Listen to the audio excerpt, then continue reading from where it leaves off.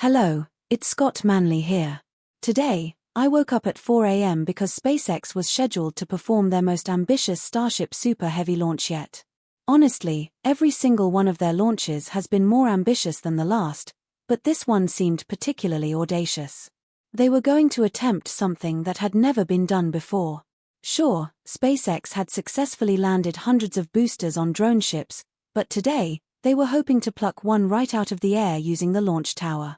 Mechazilla was set to reach out with open arms and carefully grab the booster using two very small pins on the side. Were they going to be able to pull this off? That's why I was up at 4 a.m. As many of you already know, they did succeed. Not only did they manage to land the super heavy booster on the tower, but they also successfully descended a Starship through the atmosphere with pinpoint accuracy, landing that too. This achievement is a marvelous testimony to the power of engineering and human ingenuity. We all knew that this was technically possible, but there were so many things that could have gone wrong, so many small factors in the engineering and physics. It's one thing to take something that works on paper and actualize it into reality. I demonstrated this in Kerbal Space Program many years ago, but I didn't have to worry about budgets, risks to human life, or government paperwork. Plus, I had the ability to play the video backward. This was going to be the fifth flight of the combined Starship Super Heavy stack. To summarize how we got here, the first flight got off to a rocky start, literally. A rock tornado cast debris all over the area, a number of engines failed, and there was a fire in the rear. They lost control of the booster, which eventually spun out of control. Neither of the stages separated, the flight termination system fired, but it didn't destroy the rocket until a minute or so later. Flight 2 solved the rock tornado problem with a giant showerhead, a water deluge system that protected the surface and, moreover, seemed to help protect all the engines. We had 100% success, at least early on in the flight. The flip stage separation procedure was replaced by a more conventional hot staging system, requiring a hot staging shield on top of the main booster. This resulted in a successful and spectacular stage separation sequence, which got even more spectacular moments later when the booster exploded. Starship continued downrange but eventually ran out of oxygen, leading to flight termination. Flight 3 pushed the envelope even further. After hot staging, both stages completed their intended burns, with Starship heading across the oceans and the booster coming back into the Gulf of Mexico. The booster descended straight down through the atmosphere, but it was lost. Starship performed a number of tests in orbit but lost attitude control and was destroyed on re-entry. For Flight 4, the big change was that they were no longer going to use the hot staging ring, which had added extra mass to the booster. After stage separation and boost back, they dropped the hot staging ring into the Gulf, while the booster continued down under good control, demonstrating a descent through the clouds at multiple times the speed of sound before lighting all its engines, decelerating quickly, and achieving a soft landing in the Gulf of Mexico. We have these images because a boy there had a camera. This also demonstrated the precision needed to move on to the next step in their test plan. Starship's descent was even more spectacular because it began to disintegrate. We started to see holes being burned through those control fins, but miraculously, despite sustaining damage, it managed to maintain control and land safely in the ocean. For Flight 5, Starship's task was to land precisely where expected. I was concerned that the launch might be delayed. They pushed it to 25 minutes into their 30-minute launch window, but it went off on schedule. The early part of the flight has become well understood. The launch took off without throwing rocks everywhere and ascended through Max Q at a beautiful sunrise. This launch was probably the most photogenic yet, with deep red colors from the low sun in the sky making the plume easier to see. As it got higher, we could see a dark shadow being cast across the Earth by the low-flying rocket. The real action starts at staging, where a lot of work with the rocket's plumbing is necessary to shut down engines, start others, and restart various engines. We've seen things go wrong during this phase before, but everything seemed to work fine this time. One of the things I really liked about this particular flight was that we got to see it from the ground, and the onboard camera from Starship was able to pick out the booster in the distance. As Starship maneuvered to its new attitude, you could see a bright light in the distance that was the booster firing its engines. The pin sticking out on the booster is what will be caught by the tower's capture mechanism.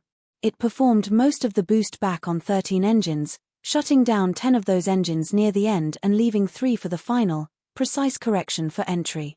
Then, it shut down those 3 engines, and again, you could see the puffs of gas as it did that. Now, the booster is on its way home, and this is a view from Starship showing one of the new cameras that provides a view of the booster. It was lobbed onto a trajectory bringing it back just off the coast of Boca Chica, maxing out at 96 kilometers, technically not over the Kármán line according to Blue Origin but over it according to Virgin Galactic, so you can decide if it went to space or not. The point is, this booster is big, heavy, and full of propellant. For it to reach the landing site, it must perform a glide using its grid fins to steer itself. If it fails, it should just land harmlessly in the water.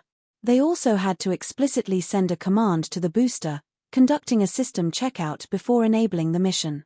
You'll notice that in the last few seconds, it has aligned itself to the entry attitude. The puffs of gas initially seen are now getting pulled along by the atmosphere, and we're at 100,000 feet, where the atmosphere is thick enough to. Certainly.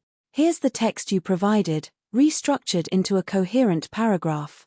The rocket is currently ascending with balloons holding it up, moving at a speed that is beginning to decrease as the booster experiences drag.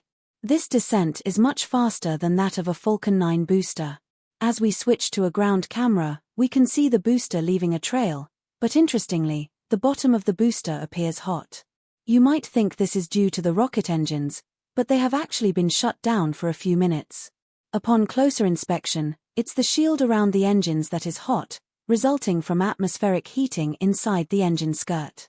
As it approaches the ground, it lights up 13 engines to decelerate, ensuring a safe landing. For finer control, it then switches back to 3 engines for those last-minute adjustments as it nears the tower, maneuvering between the giant chopsticks of Mechazilla.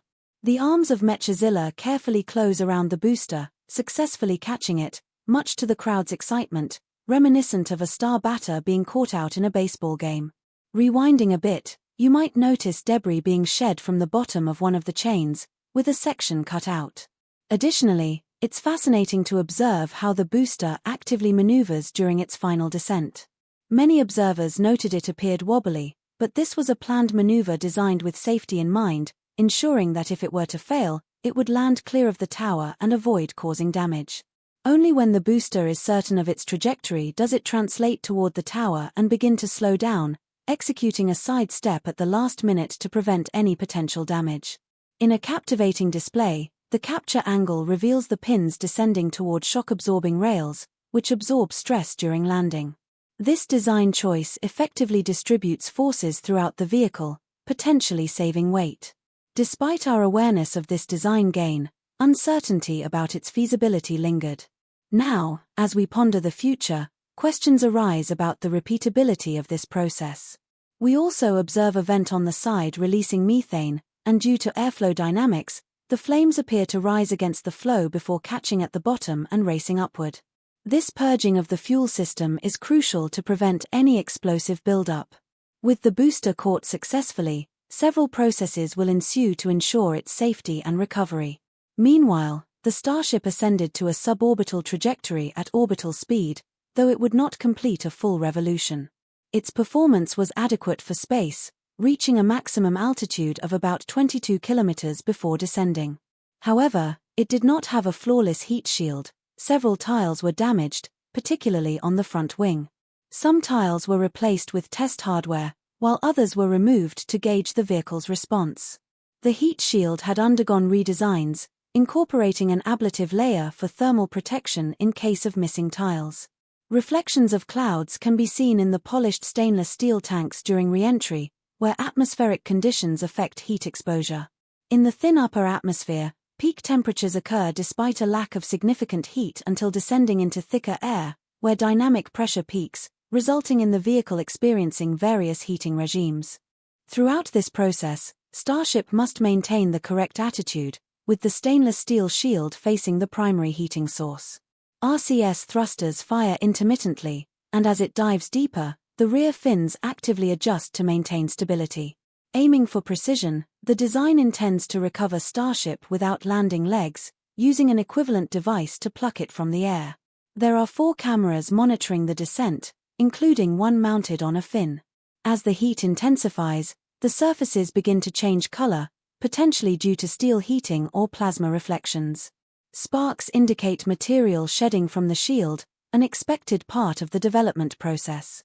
One forward fin shows signs of heating, raising concerns about whether tiles are missing or if hot gases are penetrating through the shielding.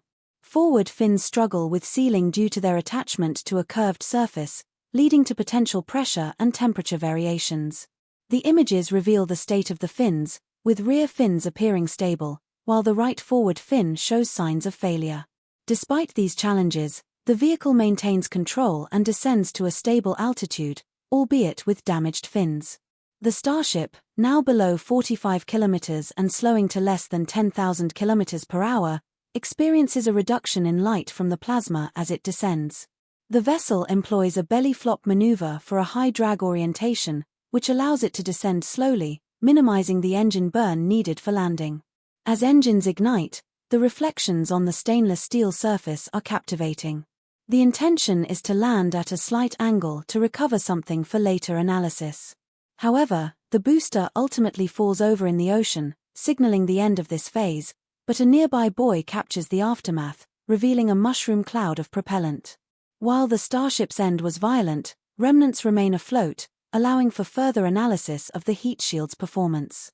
This journey serves as a testament to effective engineering, showcasing that despite significant control surface damage, the vehicle managed a soft landing and hit the target. Both the booster catch and the Starship descent demonstrate impressive successes in guidance software, though challenges with the heat shield remain. As SpaceX prepares for future missions, the potential for rapid progress is promising, allowing for the possibility of another launch without extensive changes to their flight profile.